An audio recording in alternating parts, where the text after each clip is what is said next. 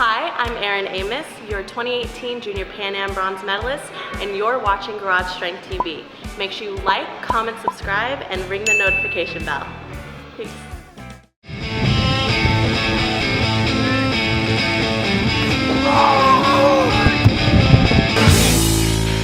Welcome to another episode of Dane's Platform, and what we want to discuss today, we got DJ Shuttlesworth, the assistant Olympic weightlifting coach at Garage Strength, and what I want to talk about is the American Open. So the American Open just happened last weekend. I just had twins. Well, I didn't have them. My wife had them almost 3 weeks ago now, so I did not go to the American Open. DJ went out and he coached 6 of our athletes. Well, 5 of our athletes. He was one of the 6. He also competed as well. So I'll do a quick recap. Lucy went out, PR'd. She went 4 for 6. And she PR'd all across the board, snatch, clean, jerk, and total. And tied her PR lifetime clean. Okay. Because she cleaned 77 and missed the jerk. Okay. And then Haley got 3rd, I think, across the board.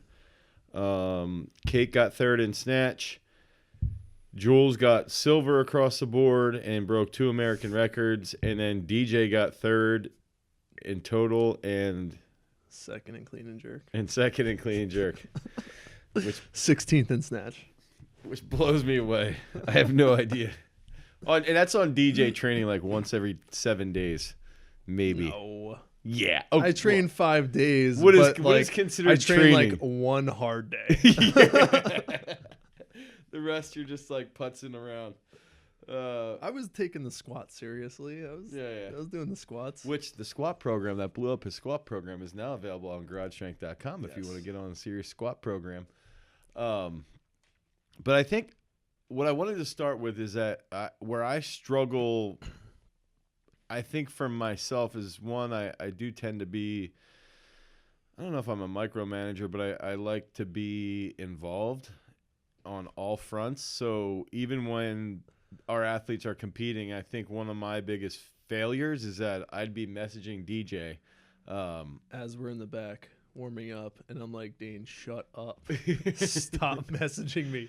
Message John or somebody else who's in the back.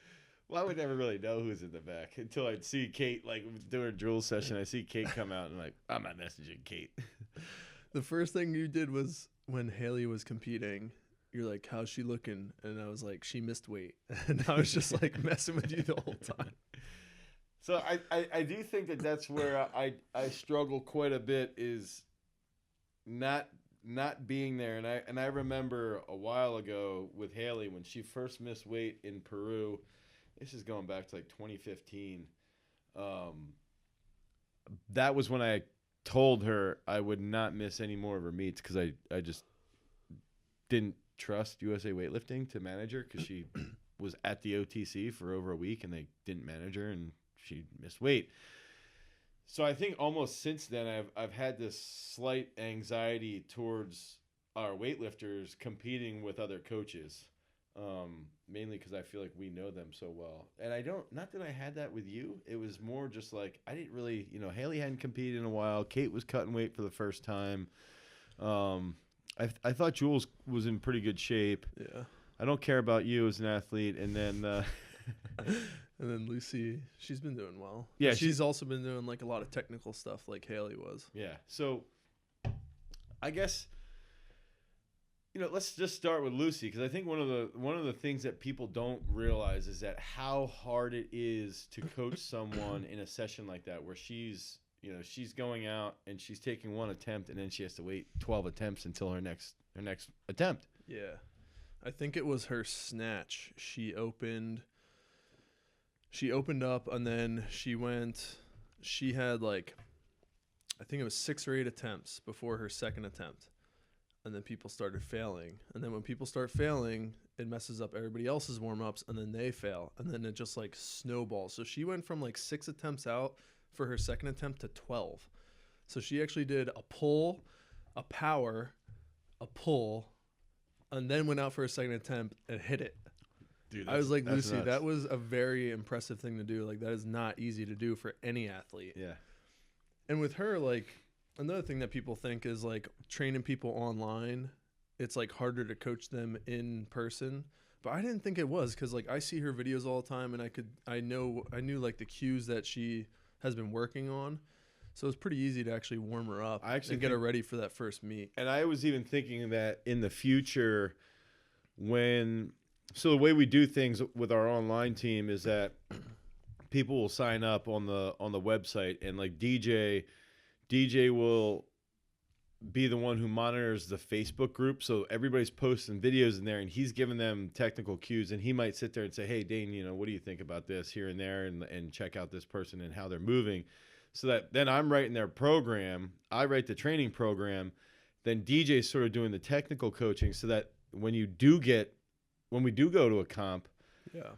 I even think in the future, looking at how Lucy did with you, in my mind, it's like, okay, when we go to a meet, you should be the one doing the technical coaching at the meet for our online clients, and then I'd be the one running the board and running the attempts. And it's I think that's where we will be. I thought it was going to be a little difficult, but it was super easy, because I was used to watching her lift, and her warm-ups were actually super smooth.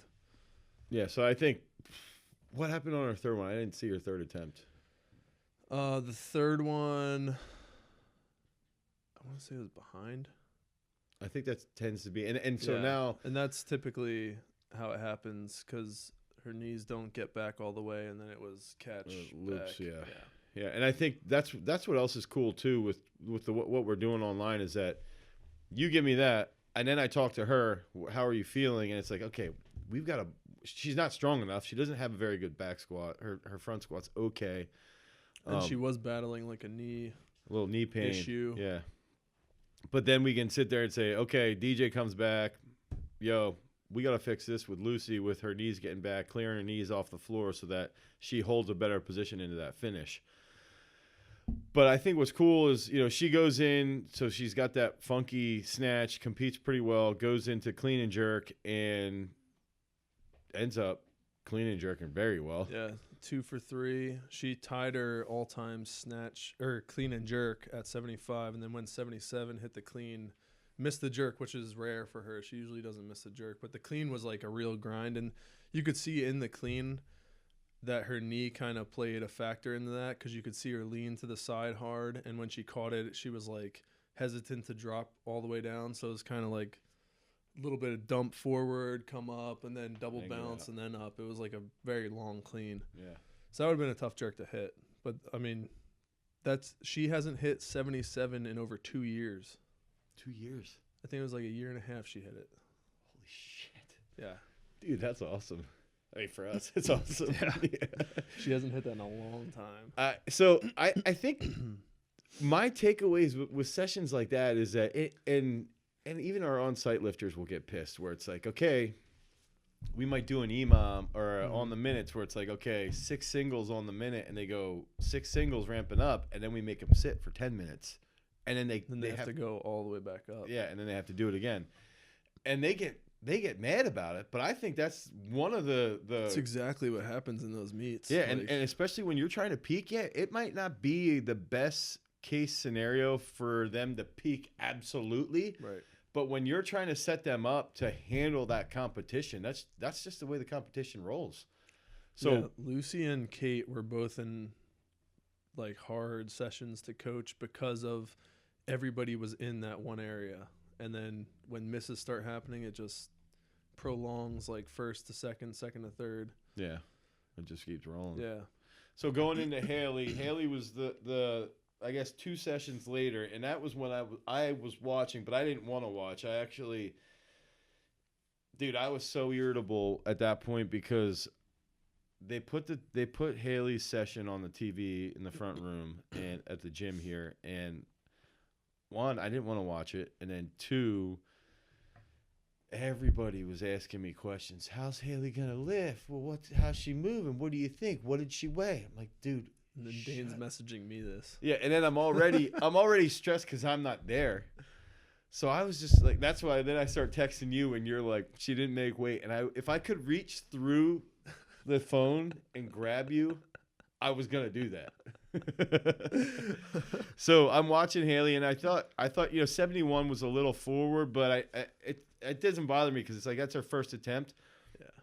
Her last warm up, she was like a little late into the catch. And that's where for me too, I'm like still learning how to coach Haley at meets because I've only coached her like once at probably a local meet. Yeah. So like I didn't want to cue her on her last attempt in warm-ups, but she was like a little late in the catch, and then you saw it on 71, and then when she missed her first 73, it's exactly what happened. So it was it's like actually your fault that she missed 73. Yeah, it's my fault. But it was just like I don't want to say something to her, especially her, that she doesn't understand the cue or didn't hear the cue like from you. Yeah. And then she goes out and misses her first attempt. Right. Like, because I knew it was a solid lift, but it was still just a little delayed. Yeah. But I didn't want to like mess up that first attempt. Because I thought if she hit that first attempt out of her way, then her second attempt she'd be fine. Yeah, yeah. Which I think, from watching it, it was that the first 73, it was just lazy, I thought. She just looked a little lazy. Then she goes out on her third attempt and just like destroys it. And I'm sitting there like nothing. Dude, if she would have, she was pissed. It, yeah. She was pissed after that second attempt, and she like as soon as she came up for that third, because we got a 1 minute clock, she like stormed out to the platform, just grabbed it, and then just smashed it. And killed it. Yeah. It was awesome. Yeah. It was easy. Yeah, yeah. And I think that was my first reaction too. Why the hell didn't you just do that in the second attempt? Yeah. I think that her snatch has been so funky for like 2 years, and I think I'm finally figuring out like what she needs to do. I think she has to get her knees back. I don't think she can lift with her knees going out, and I think she has to slide her feet. I don't think she can jump her feet. I think going into this, for me at least, I figured she was gonna go 2 for 3. Yeah. I thought she'd probably go 71, 73, and then miss 75. Just because of the technical stuff that you've been doing. It's like so much technical stuff over the past, 3 months since she competed last? Yeah. That at a competition, I figured she wasn't going to hit like what she wanted to. Right. You know what I mean? Yeah, yeah. Just because it was so technically taxing on her the past 3 months that she was like, because I was trying to cue her in the back and warm-ups like, all right, once we get past 55, you turn your head off. Don't think about shit. And then like when I asked her after what happened on the second one, and she said she was thinking. Okay. She was thinking about her knees going back. Yeah. And then that's she where I didn't think. And that's where I think with every single lift and what I want to do with them in training now is that everything, even every snatch, she has to have those knees back so that by the time we get to Chicago, she doesn't think. It is just going back because she still has to think to get them back because they still want to go out. And I'm done letting that. That's still like a very hard thing to do as an athlete. Like get the knees back. And then like that's something that's going to take 9 months to a year for it to be completely ingrained that she's not thinking about it. Yeah. I think what's crazy though, so going into a clean and jerk, she, I think you had told me she warmed up pretty well. She had a funky first attempt at 93, which was frustrating for me because I was driving to go get pizza. That's what else you pissed me off, dude. You're like, what are you doing? Why are you driving home? Because I was like, well, how's she warming up? And you're like, you're really driving home? And I sent you a picture as I'm driving. That's because you just never leave the gym. And at that time, it was probably like 5. No, it was 6. Was it 6? Yeah. Fucker. But so I'm driving, and then Aaron was texting me about her clean on 93, and I thought she would smash 93 just the way she's been training. And I thought with the warm-ups, she was going to smash it too. And then you had just told me, you're like, dude, something was off with the platform was screwy. Like she pulled it, but it bumped forward when she was bringing it in. Yeah, so it was like you could easily see right off the floor, like something was not right. And she dumped it forward. She never dumps cleans forward. Yeah. Like, so I didn't ask her right away because I knew she was pretty pissed again. And then she went out and smashed 93 on her second attempt, like absolutely destroyed it. It looked like 70 kilos. Yeah. But I asked her then after the competition, and you can see it in the video as she explains it. She pulls it back in, and there's a divot in the platform. So as she pulls the bar in, it got stuck in the divot. So it So didn't come she all the starts way to in. pull as it gets stuck. So at that point, she's like, shit, I got to pull this bar in. So she tried to pull it in, but she's 49 kilos. Like, she can't save 93 kilos if it's forward off the floor. Right. And then it was just everything was forward, dumped it forward. Like that one was definitely not on her. So like for her next 2 attempts, I was like, yo, you got to roll the bar forward and then you take your attempt. And that's the and then thing, she did. And that sort of screws with you a little bit as far Yeah. as intensity is concerned and what your technical focus could be, and not making any excuses for it. But I think looking at the meet, that's the highest she's ever opened. And I think she could open there again or 94. Oh, yeah, easily. And she still put up a 166 total. You know, in 2000, Tara Knott made the Olympics with a 165 total. Yeah. Or that was like her first world team was a 165 total. So that's like one thing I've got to keep in perspective is like that was really not a good meet for her, and she's still putting up a 166. So that's a huge positive. And I think you know that sort of led as soon as that meet for her was over, and then we go into Kate. I felt better after Kate's snatches. Yeah, her snatches were the same way as Lucy's. She smashed 74 in the opener.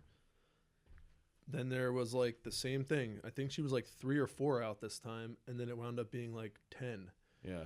And I think all we did, we did 2 pulls because that's what she wanted. She didn't want to do a power, which I probably should have made her do a power just to get that overhead feeling in, because then what happens on the second attempt? She Misses it back. misses 77, missing the forward because she didn't like finish and didn't have that overhead feeling.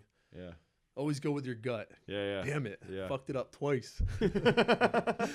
So actually, both of their misses are your fault. I know. 2 misses, both my fault right now.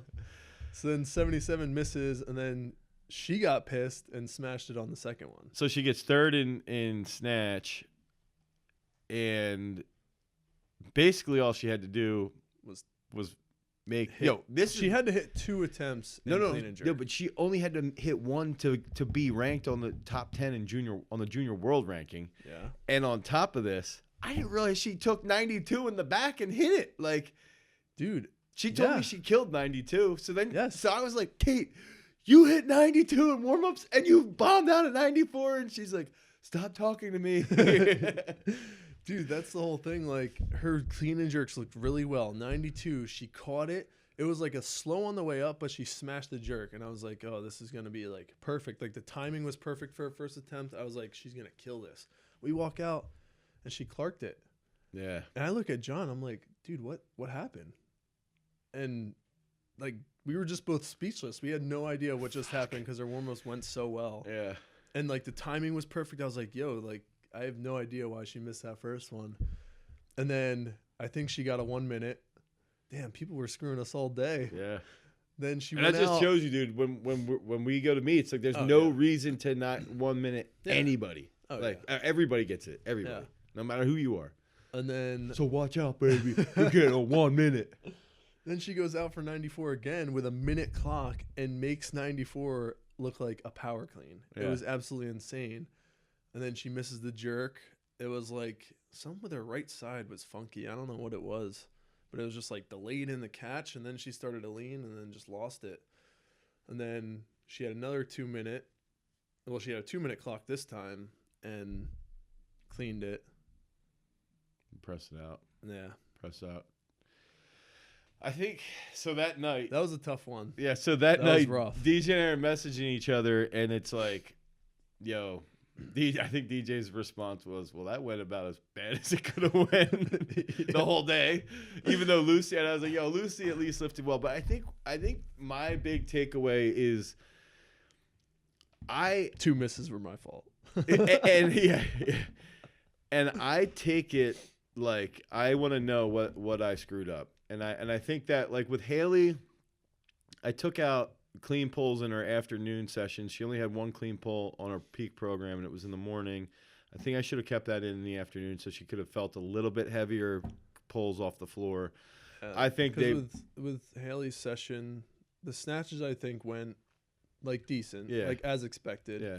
Clean and jerks, the first one was like a fluke weird thing. And then 96 was, I feel that, the pulls. Yeah. So, and that's the thing, even going with Kate, is that, you know, we've got a lot of athletes that are in this transition phase where it's like they're in that point where they're still juniors, but they're becoming seniors, and they're this is the hardest part of being an Olympic weightlifter. If you want to continue on at the senior level, they're at the age that's the hardest point of your career, because you're either in college or you got to get a job.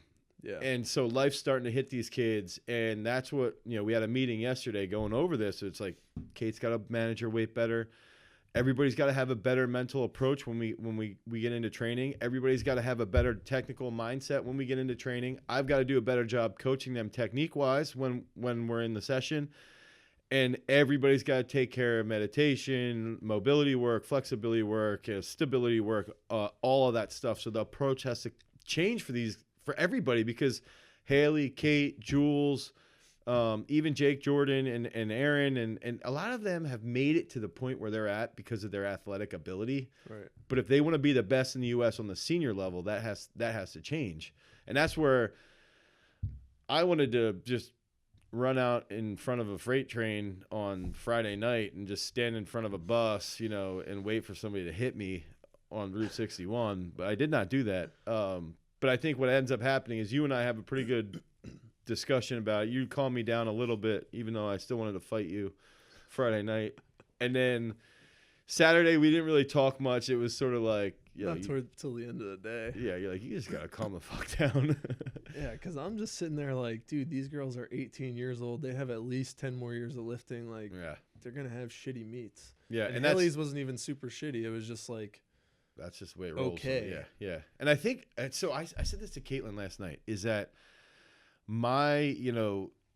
if we were doing better financially online and we could afford someone else in the back during that time frame of 5 o'clock to 6:30, my goal, and maybe we get to this point in a year, but that's where I want to be, is that because I think this is one thing with Trevor that works so well with the throwers, is that even though he's not coaching them like Rachel and Lucas and Sam, when he's out there with his high school throwers, he can still watch them. Whereas with the way we're set up proximity wise, it's not the same. You can't watch the weightlifters because of where you're at. yeah. And so, and one thing I think is that I think you have a very good eye with seeing technique. And I think that I tend to get stagnant a little bit, just a little with technical movement. I mean, I think that's with anybody that sees like the lifters lift every day. It's hard to like see everything. But one thing I think is that I think I'm very good at programming. I think I'm very good at analyzing movement. I think I'm very good at peaking them.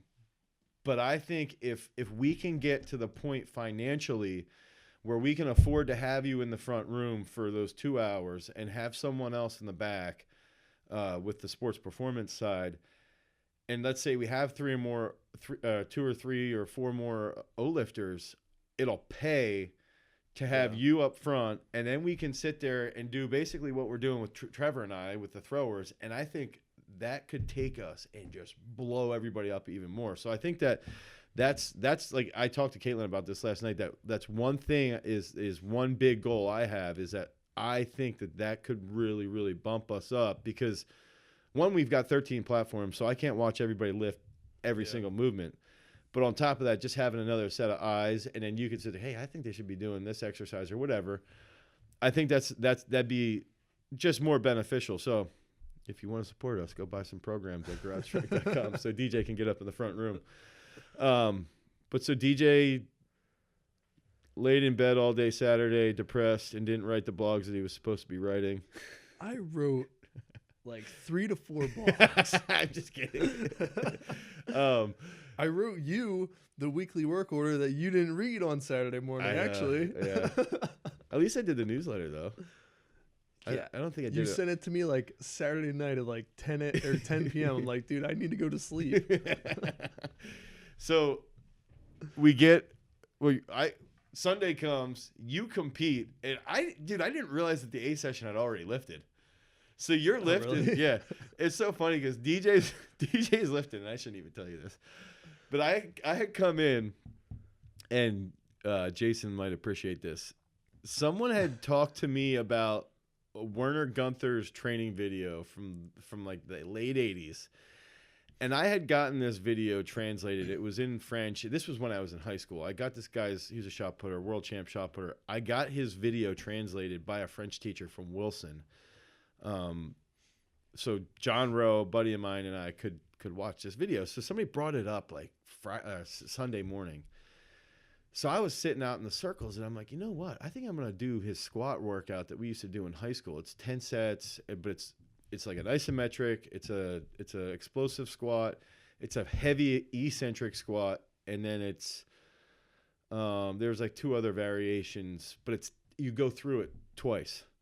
So I was like set, and I'm like, I'm gonna do Werner Gunther's squat program after the throw.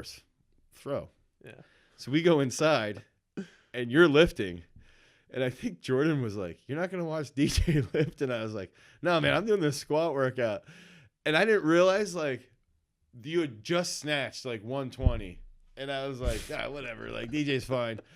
So then you finish your snatch, you miss your second one, and then you do your third. And Jordan, somebody had said to me, like, I can't believe you're not going to watch this. So then you go into clean and jerks. Snatching 129. You start clean and jerks. So I'm still squatting and take 70, and I go over and I look at the board and I'm like, wait, DJ's like in place to fucking win this competition, because I'm looking down, I'm like, holy shit. So then I'm watching, but I had to leave early because I had to meet Caitlin's parents. So I saw your first 2 attempts, but then I didn't see your third first. Yeah, the third one. So I was just sitting there like, I probably should have been paying attention during the snatch one, because then if I would have been like, yo, if you hit this, well then, but I just, in my head, I'm like, wow, like I just was completely unaware of the situation, mainly because I wanted to do Werner Gunther's squat program. So that was my story. Yeah, I mean, 129 was, dude, that's awful snatch. That's so bad for a 96. I was 16th in snatch. And then one guy dislocated his shoulder who snatched 140. Oh, he did hit 140. He hit 140 and dislocated it on something higher. I don't know what it was. Oh, shit. And then Justin Meyer bombed out. And as soon as Justin Meyer bombed out, I knew I was only down by 11 kilos. So I went up to Trevor Kim, who was the leader at the time. He only hit 140. Yeah. And I was like, dude, if you don't hit something above 180, I'm coming for you, motherfucker. And I was talking shit in the back to him. He hits 77 on his opener and then misses 82 twice. And I was like, dude, I'm going to win this. So we go. But then why did you go 89? Well, we went because that's what I needed. I thought you only needed 87. No, Jordan said this yesterday, and I was like, no, I needed 89 because Okay. I was down by 11 kilos, so I needed 12 because he totaled before me. Yeah. So I Okay. snatched 29, he snatched 40, and then he hit 77. So I had to hit 89 to win. Okay. No, So that's why we went 89 on the last attempt. Okay. I missed it. Horrible. I was So- thinking about the jerk too much and then missed the clean forward. I think here's the big question is, where are you gonna go with your career now? Because here's my thing is that I'm in the transition stage. from what, being a dad to now you're gonna try and be a dad and lift. Yeah. No, I want an answer on the podcast of where he's going, because I have pushed him and now I've backed off, and now Yeah, I've almost had nothing to do with your lifting over the last 8 weeks, because I just sit there and I'm like, I've pushed you too much and I've not pushed you enough, and I just need you to have space and figure shit out, because I know what I want, but what I want isn't what you want, and that's fine. I think also with the program now, you have a better understanding of for me. I think that last program I made you. I think that last program I made you is good. The one before the AO, or the one now. The one now, it's not. It's really good. It's not like crazy. Dude, I think for somebody who works full time and is over 25, the 2 days. DJ's 26. I am 26. The 2 days.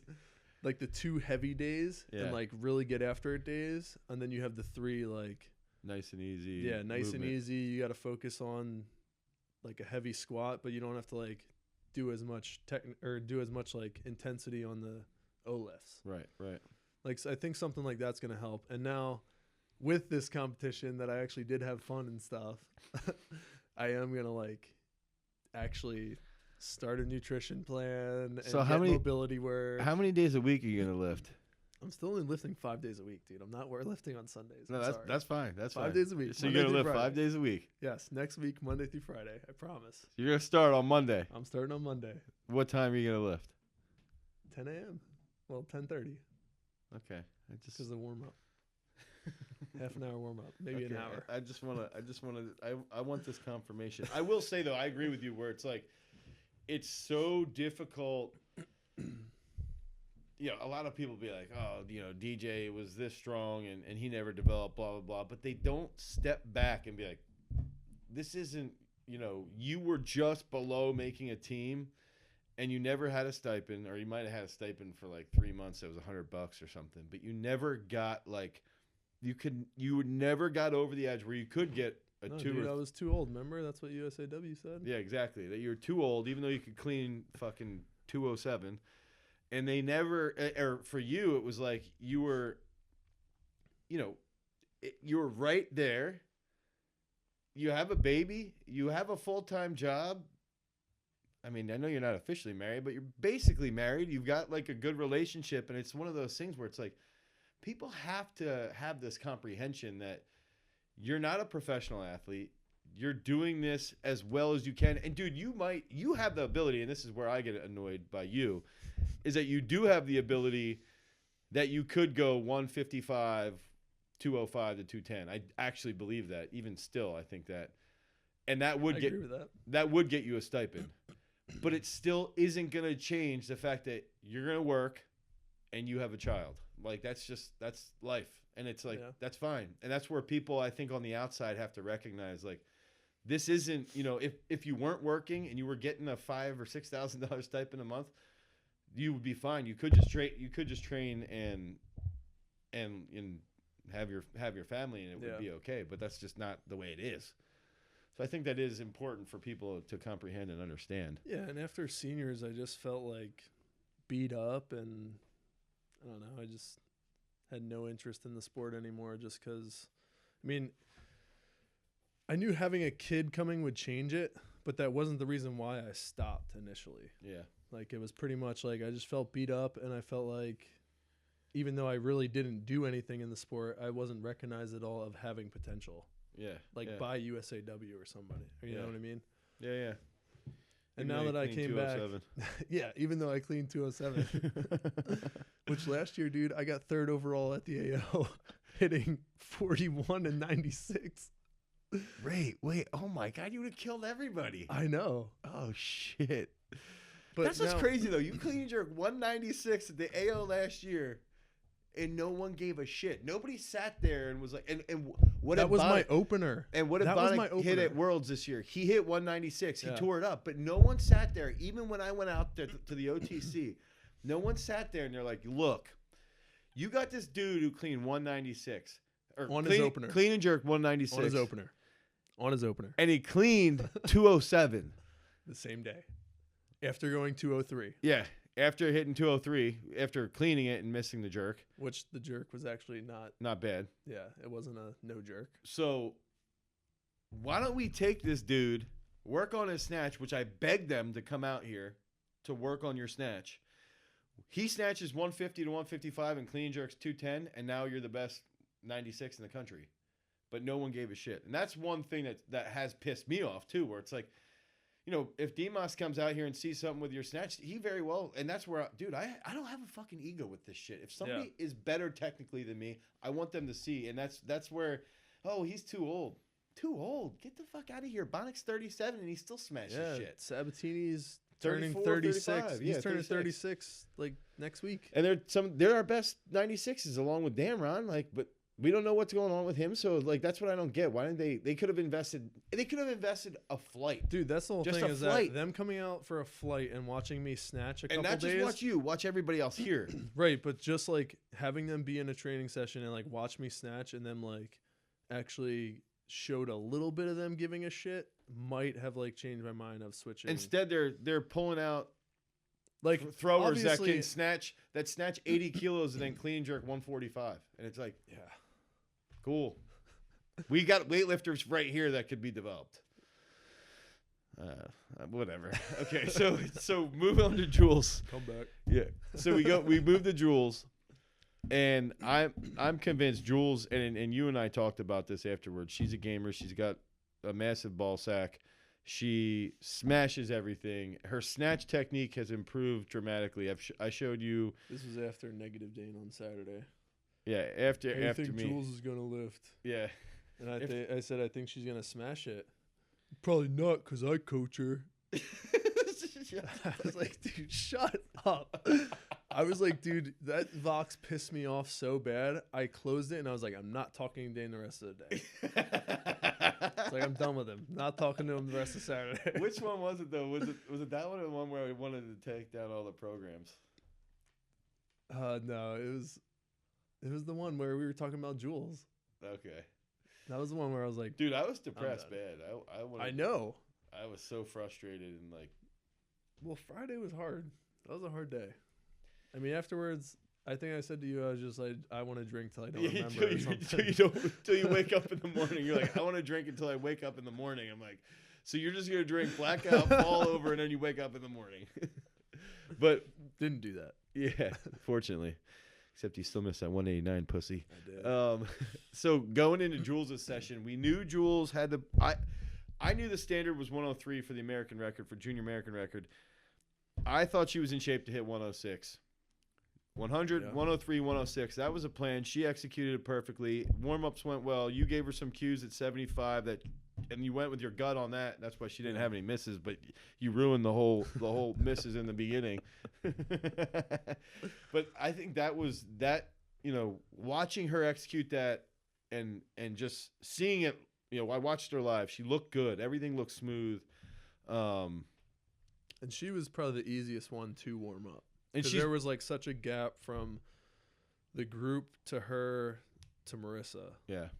I mean, Marissa was involved in her like second and third attempts, but warming up to the first to the opener was easy. Super easy. Yeah. And I think that makes life easy when you got a girl that is that strong. And especially how she peaked for this, and we knew how well she was in shape. Yeah. That we knew like as long as warm-ups are good, she's gonna kill everything. So she ends up having a 10K, a 10 kilo total PR. Yeah. Snatch PR by 6 kilos, I believe it was. Yeah, 6 kilos, and clean and jerk for 4 kilos. So she's never hit 106 in training. 105's her best. No, she hit 105 once, or maybe it was 104. She hit 105 off a box before. Yeah. 104 from the floor. And like that's one thing that I keep telling them. If she takes that approach now, what she has in a meet, and takes that into training, and then visualizes and watches technique consistently, where Jules can really make up a whole bunch of ground is in her clean and jerk. Dude, she could clean and jerk 140. She could clean and jerk 140 in 3 months. Her legs are definitely strong enough to do if we can get her pull fixed. And I think that's one thing. I need to hound Haley. I need to hound Jules. Both of them. I think Kate's like relatively technically proficient. There's a couple things she's another one that has like the knees back issue on her snatches. Yeah. And her split, she's a little funky here and there, but I think she's gonna change with that stuff. And I think with Jules, it's like she goes 106 now. She's got capability of going 106 to 110.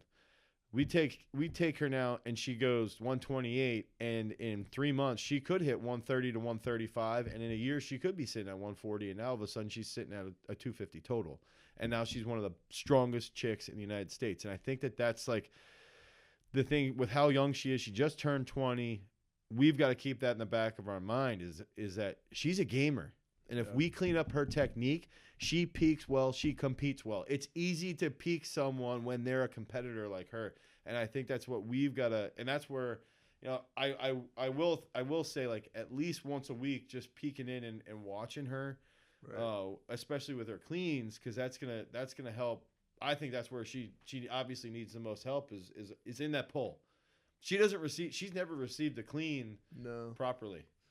So when her pull's always been so funky. Bad. Yeah. So I think that's that's what's crazy, and it's exciting for me as a coach, but it's also hard, and that's where I want all of them to be. And I think that's, so she just tore it up. She went out, competed very well, tore it up. You coached her very well. You took perfect attempts, and on my end, it's like, all right, now I have to put the heat on all of them from the technical side in the gym. I can't sit at the desk anymore doing, putting in their weights. And that's what I told them.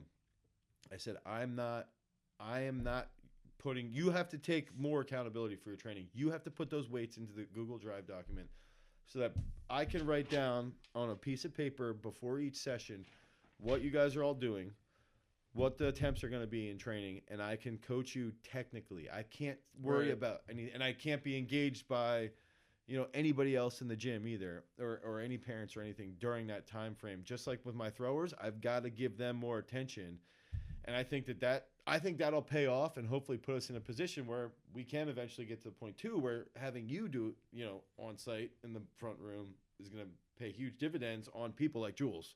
Yeah. We could get Jules to 260 faster if we've got two people hounding the shit out of her. Yeah. On those pulls. And on top of that, then we can be more organized with their programming when we see stuff. Because we'll always mention stuff to each other, but it's hard to implement it if we're not right there. It's almost like we should start using Basecamp for the technical stuff. I mean, we could probably possibly. Could. You just make a to-do of technical stuff, and then when you put it in a program, check it off. Jason, what do you think about that? I guess that could work. I don't know. Kai was yelling at us yesterday for making more groups. Oh, really? Yeah. So what would you say, DJ, is your biggest takeaway?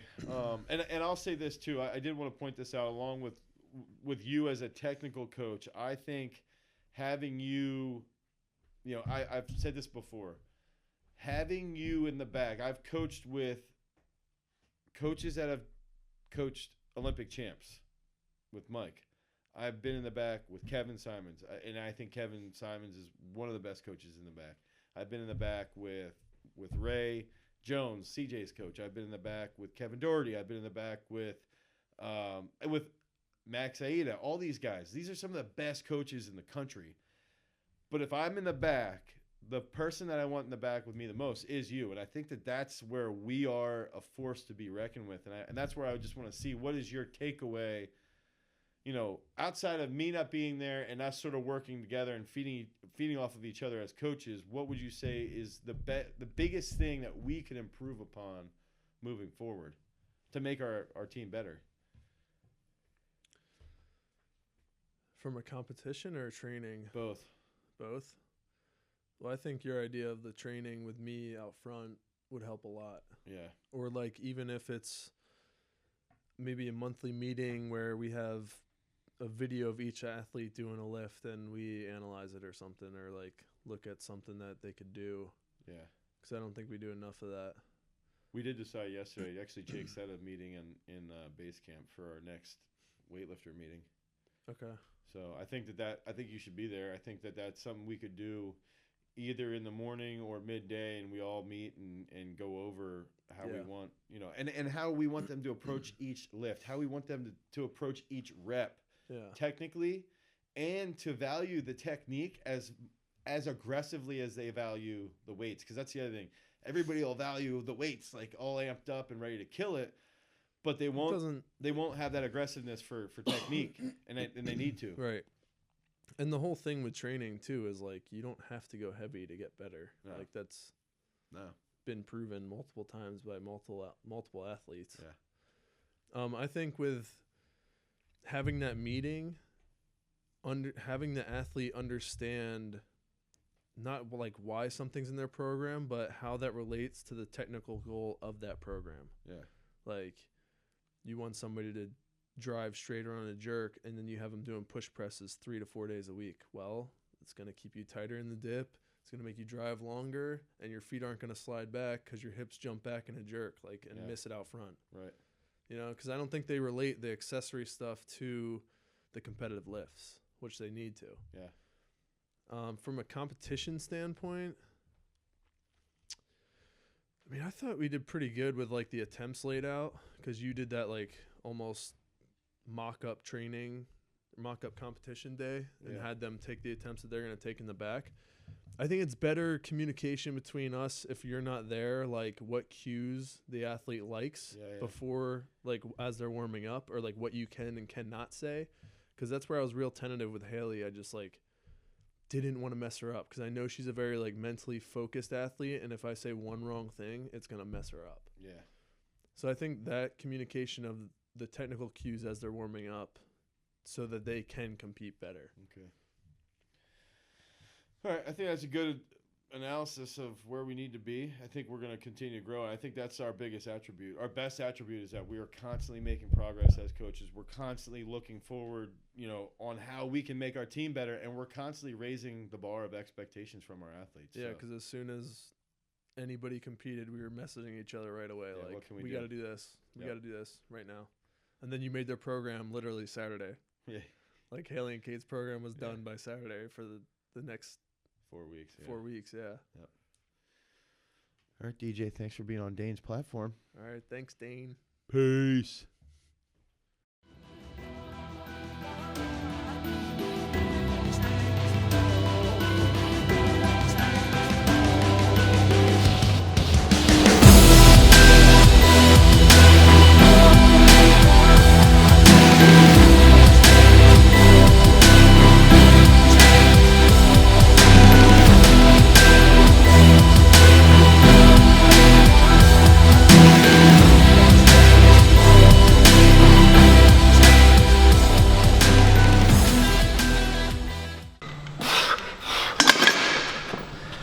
Feel a little more pumped. A little more, or what?